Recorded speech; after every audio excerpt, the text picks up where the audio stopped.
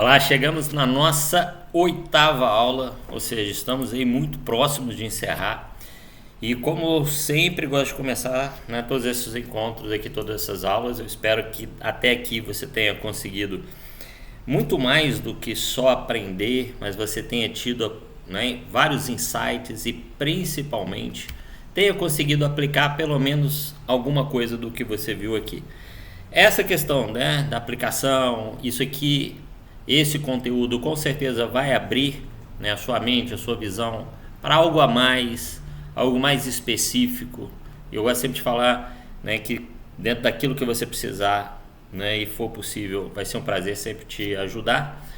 Mas essa é a ideia, né, que isso aqui seja não um pontapé inicial, mas que abra para você um outro horizonte, uma forma diferente de você enxergar a sua prestação de serviço, a sua competência, o seu valor, o valor daquilo que você oferece enquanto transformador de realidades, né, tanto empresariais quanto humanas, né, quanto pessoais, o quanto é desafiador, mas ao mesmo tempo generoso e prazeroso você buscar sempre algo a mais. A gente falou, né, sobre toda essa trajetória, né, de você conseguir entender o problema, conseguir fazer uma proposta, apresentar, criar um padrão, enfim. Agora tem uma coisa que é um fator muito importante, que é o fator da comunicação. Existe, né, uma área da comunicação que trabalha o que é chamado de comunicação assertiva. Então a comunicação assertiva, você tem que entender o contexto, você tem que entender os sujeitos envolvidos, você tem que entender o objetivo principal, você tem que entender a forma de construção da mensagem. Quando a gente fala em prestação de serviço, você está falando de algo muito importante que é você. Eu comentei aqui, né? E caso por alguma razão eu não tenha comentado, fica aqui essa ressalva. Sempre que a gente, na área de vendas, a gente fala que assim, eu gosto de trabalhar duas coisas, tá? O processo de venda é entender, atender e vender. Então primeiro eu preciso entender qual que é o problema, entender qual que é a demanda, entender qual é a dor, qual é a expectativa, qual é a capacidade de investimento, qual é o tempo, enfim, eu preciso entender todos esses fatores. Depois eu preciso atender, ou seja, eu preciso mostrar, se é um produto, eu preciso mostrar que ele está adequado a todas essas expectativas, esses fatores. Se é um serviço, que ele vai conseguir resolver, de que forma ele vai resolver, em quanto tempo, qual é a transformação, enfim. E aí sim eu vou vender. Por outro lado, nessa relação, a primeira coisa, a coisa mais primordial e mais relevante é a confiança no vendedor. Ou seja, confiança em você. Porque tudo bem, você pode ter uma equipe que vai trabalhar o setor comercial, fazer prospecção, fazer o SDR, o agendamento, a busca, né, a qualificação, enfim. Mas é você, é na sua autoridade, como a gente veio, né, trabalhando aqui anteriormente, é que vai criar confiança para que ele possa entender. Eu falei assim, cara, beleza, eu vou apostar, eu vou investir.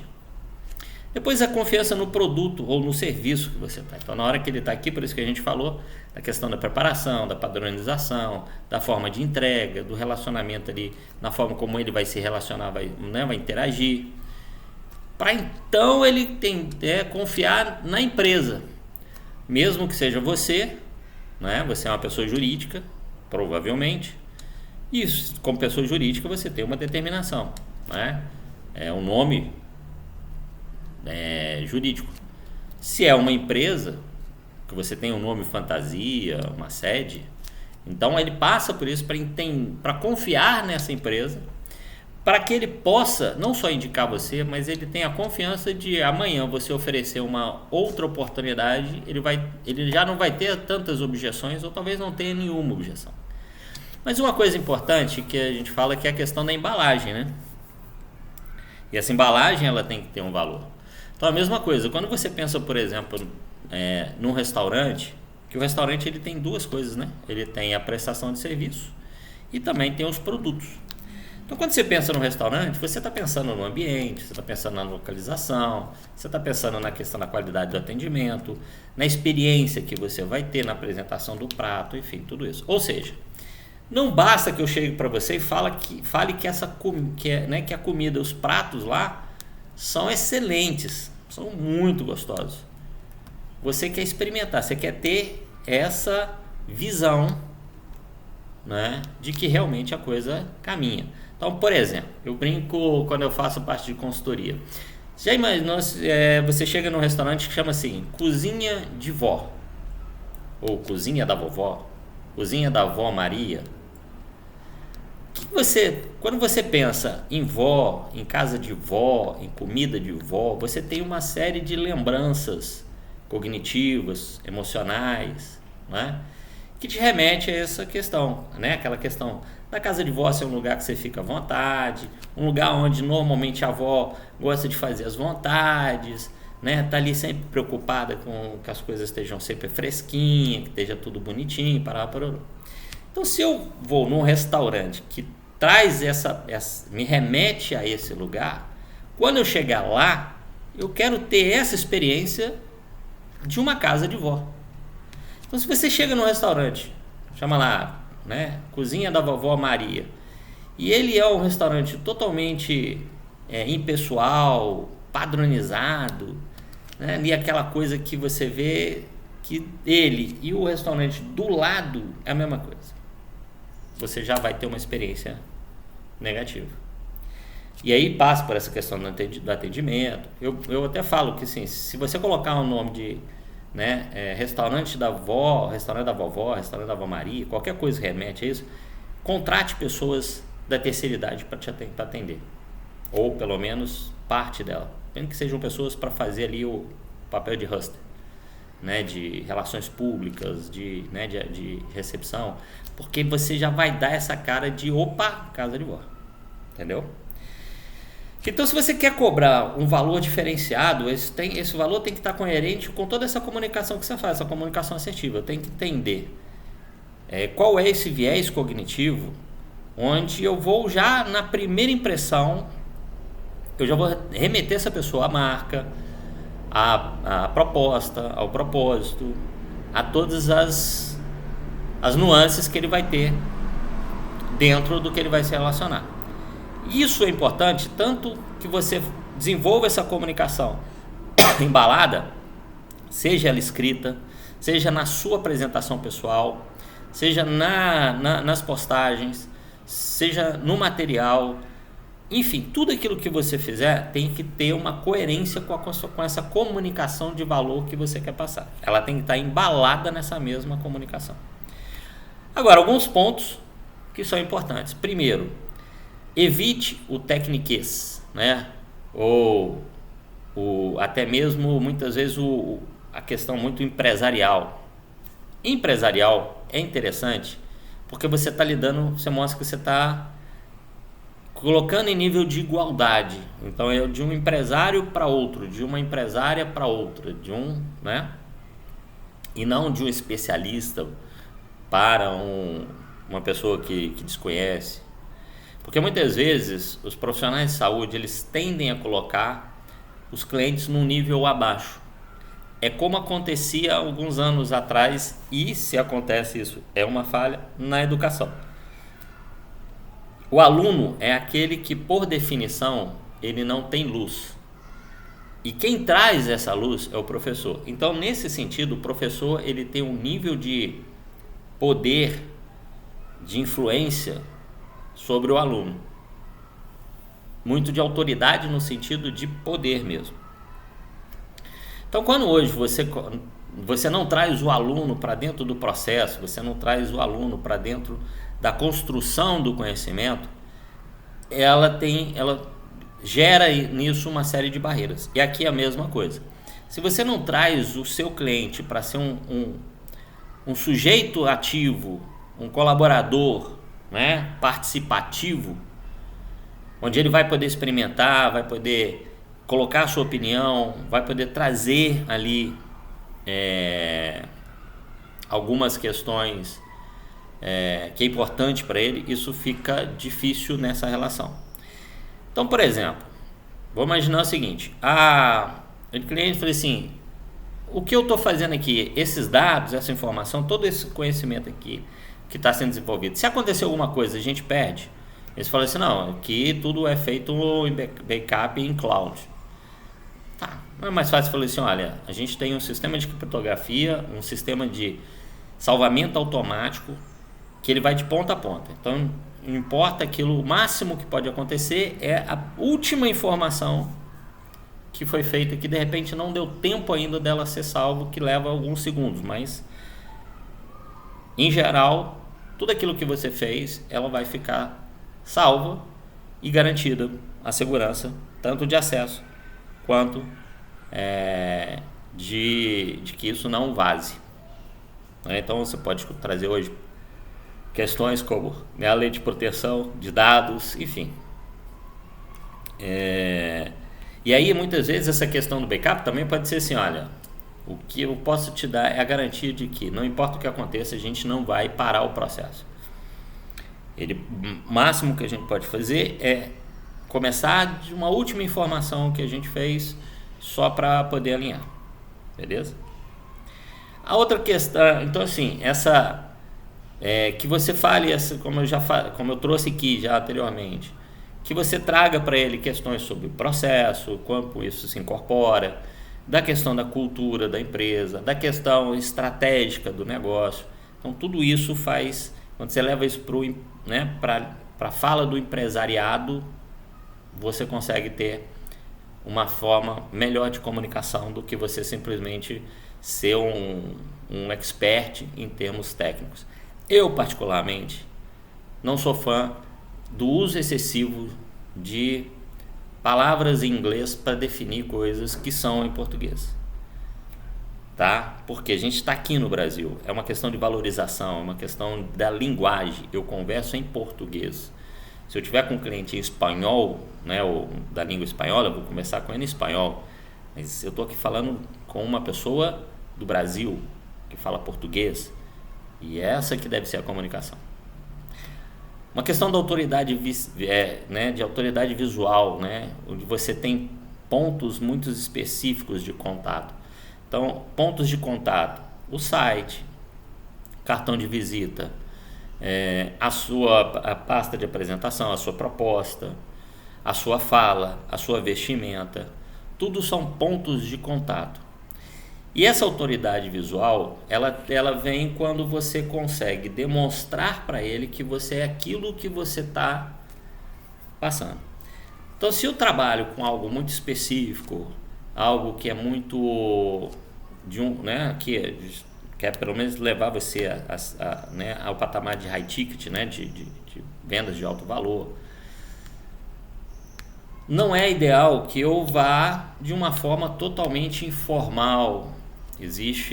Já viu, por exemplo, você vai participar de um congresso, ou você vai participar de uma palestra, assim, se a palestra sua é sobre gestão, se a sua palestra é sobre empreendedorismo, se a sua palestra é sobre tecnologia e aplicação disso, né, dentro dos negócios, as pessoas esperam que você se apresente condizente com aquilo que você vai fazer. Mesma coisa, você tem lá o seu escritório, né, você vai receber esse cliente. Tem que ter um nível de organização, tem que ter um nível, né, de identidade visual, porque também é um ponto de contato. Então, autoridade visual vamos imaginar o seguinte: você está dando um treinamento. O PDF que você manda, né, ele tem que estar bem formatado, ele tem que estar dentro de uma configuração visual condizente com aquilo que está sendo passado, né? Então, assim, tudo isso hoje... E são fatores que são mais fáceis de você lidar, porque hoje você tem várias prestações de serviço, vários profissionais, várias empresas que te ajudam nesse contexto. A questão da pontualidade da escrita. Então, assim, eu vejo essa questão de que é cultural no Brasil você estar atrasado, isso é uma gafe muito grande. O seu cliente pode atrasar, mas você não. Né? Então, se você marcou uma reunião para as 14 horas, 13h55, você já tem que estar pronto. Entendeu? A questão do português, tanto falado quanto escrito, né? Tem que estar condizente, evitar muitos termos de gíria, né? Uma fala menos, digamos assim, lapidada, tudo isso, questão do tom de voz. Eu já vi algumas questões, por exemplo, de pessoas profissionais que tendem a falar num tom de voz muito alto e parece que a pessoa está gritando, está brigando com você, gestos muito grandes, entendeu? Então, ou seja, cuidado quando você fizer isso. E existem técnicas, existem capacitações para isso. Como eu falei, você vai identificando pontos de melhoria que são mais específicos que você pode buscar ali um investimento naquele ponto para você ter mais ganho, né? E escalar melhor o seu serviço. Então, a questão da coerência, ela é muito da prática. Quanto mais você pratica comportamentos, falas, material, preocupação com toda essa comunicação, ela vai se tornando cada vez mais natural e você vai descobrindo novas oportunidades. Por fim, a gente tem, as pessoas gostam muito de se colocar naquele lugar que ela almeja. Eu já falei aqui também, então reforçando, aqui na comunicação, procure trazer a comunicação em formato de narrativa, de um caso, de uma história de um cliente. De repente você vai ter ali, como a gente está pensando aqui num trabalho mais nichado, você vai ter histórias de clientes que de repente você atendeu e que tiveram uma dor semelhante, que tiveram algo, que descobriram algo pelo processo. Então essa questão de você, eu não sei do lugar que você está falando, mas aqui em Minas Gerais a gente tem a sensação que todo mundo mora junto, porque não importa o lugar que você vai, em algum momento você vai encontrar alguém que conhece alguém que te conhece. Ou seja, você você vai conhecer uma pessoa e dessa pessoa você vai descobrir que tem uma terceira que vocês ambos conhecem. Então, por exemplo, eu conheci a Fernanda e descobri que o Antônio Carlos, que estudou comigo, é primo, estudou, trabalhou com ela numa empresa. Então, ou seja, eu e ela conhecemos tal pessoa. E isso aqui é muito importante para as pessoas falarem assim: nossa, eu gosto demais, acho ele muito legal, ou ela é muito tal. Não, isso é o que a gente vai ver na próxima aula, que é a questão das provas sociais. Então, se você chega e fala assim: já que você conhece o Antônio Carlos, eu fiz um trabalho com ele voltado para isso assim assado, foi muito legal, ele teve um ganho de crescimento por mais de 80% dentro do que ele tinha. Até hoje a gente mantém contato e sempre que ele tem algo ele me chama, que ele faz lá o evento lá na empresa dele, ele sempre me convida, tal. Acho até interessante o fato da gente não ter se encontrado em algum desses momentos, tal. Então essas histórias, né, quando você cria narrativas, quando você vai, por exemplo, apresentar e você cria uma história, por exemplo, imagina o seguinte: nós temos o Pedro. Pedro era um empresário, ele tinha aí chegando na casa dos seus 45 anos, e ele entendia que dentro desse processo de mais de 20 anos de trabalho, ele conseguiu alcançar alguns resultados, ele percebia que ele conseguiu realizar alguns sonhos. A família dele, ele tem hoje 2 filhos, um casal, estão estudando em boas escolas, mas ele sente um vazio dentro dele, uma coisa do tipo: precisava fazer alguma coisa que realmente me desse um sentido, que, né, gerasse aquele fogo.